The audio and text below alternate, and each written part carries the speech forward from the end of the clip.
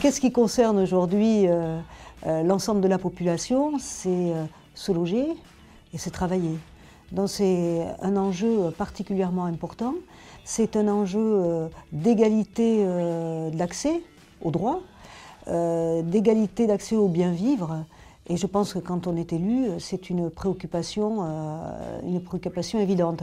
D'ailleurs, le slogan de notre opération, des aides pour toi, nous montre bien que nous agissons à la fois pour le bâti en tant que tel et avoir plus de réponses en termes de logement sur le territoire, mais que nous agissons aussi, nous avons une action aussi vers l'humain. Et je crois que ça, c'est quelque chose de particulièrement important.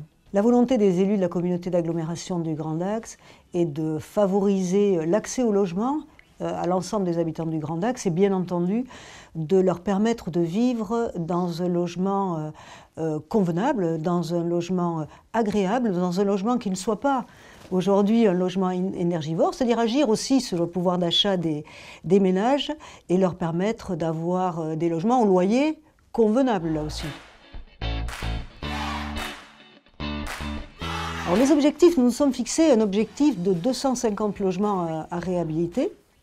250 soit de propriétaires occupants, je le redis, soit de propriétaires bailleurs, avec un objectif financier de 1 million d'euros investi par la communauté d'agglomération et de 2,2 millions à peu près de l'Agence nationale d'amélioration de l'habitat. Lors de la première opération, nous avions un objectif qui était de réhabiliter 450 logements sur le Grand Axe, suite à, bien entendu, à un diagnostic et une étude des besoins. Au final, nous avons atteint les plus de 560 logements réhabilités sur le Grand Axe, soit pour des propriétaires occupants, soit pour des propriétaires bailleurs. Donc une très belle opération qui a très bien démarré dès le début, avec là aussi un montant de travaux de plus de 10 millions d'euros sur le territoire. Je rappelle que 10 millions d'euros, c'est environ 180 emplois confortés ou créés.